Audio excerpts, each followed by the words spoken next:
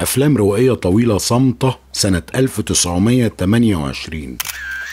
فيلم البحر بيضحك مدته 85 دقيقة، العرض أكتوبر 1928. تأليف وإنتاج أمين عطلة، تصوير الفيزي أورفانيلي، إخراج استيفان روستي. أمين عطلة ممثل ومخرج وكاتب مسرحي مصري من مواليد اسكندرية، اتجه للمسرح بفرقة اسكندر فرح، أصدر مجلة الفكاهة واشتغل في فرقة سلام حجازي وبعدين فرقة عزيز عيد. ترجم أكتر من 100 مسرحية، اتأثر في أفلامه بشخصية تشارلي شابلن، قدم العديد من الأعمال الفنية، من أبرز الأفلام اللي شارك فيها بالتمثيل البحر بيضحك، صانع الأبائيب، الباشكاتب.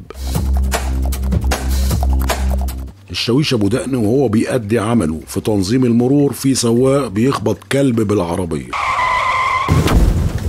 السواق بيهرب والشاويش بيطارده، بيقبض عليه، بيتقابل مع فتاة قروية بتساعد السواق انه يهرب، بتتوالى الاحداث، بيتفصل الشاويش من الخدمة، بيحاول يشتغل ترجمان، بيفشل برضه فبيحاول ينتحر بعد ما يأس من الحياة، بيتقابل مع السواق اللي بقى غني فبيعرض عليه انه يشتغل عنده مربي اطفال.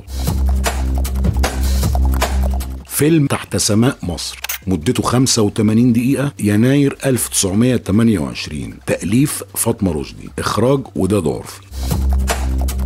أحمد طالب مصري بيدرس في باريس، بيتعرف على رقاصة اسمها نيكول روسية الأصل، بيتجوزها وبيجي مصر. سلمى خطيبته بتذهل من وجود نيكول، بيفسخوا خطوبتهم عن بعض. نيكول بتشتغل في مالها ليلي بيديروا زعيم عصابة روسي، وبتبدأ في استغلال أحمد بيساعد في تسليم نيكول والعصابة للشرطة، وبيرجع أحمد لخطيبته سلمى وبيعترف لها بخطأه وبيتجوزوا. ويقال إن فاطمة رشدي حرقت جميع نسخ الفيلم لشعورها بالإحباط والإهانة، وخصوصا لما النقاد والجمهور قطعوا فيلم فاجعة فوق الهرم اللي تم إنتاجه في نفس السنة. تابعونا.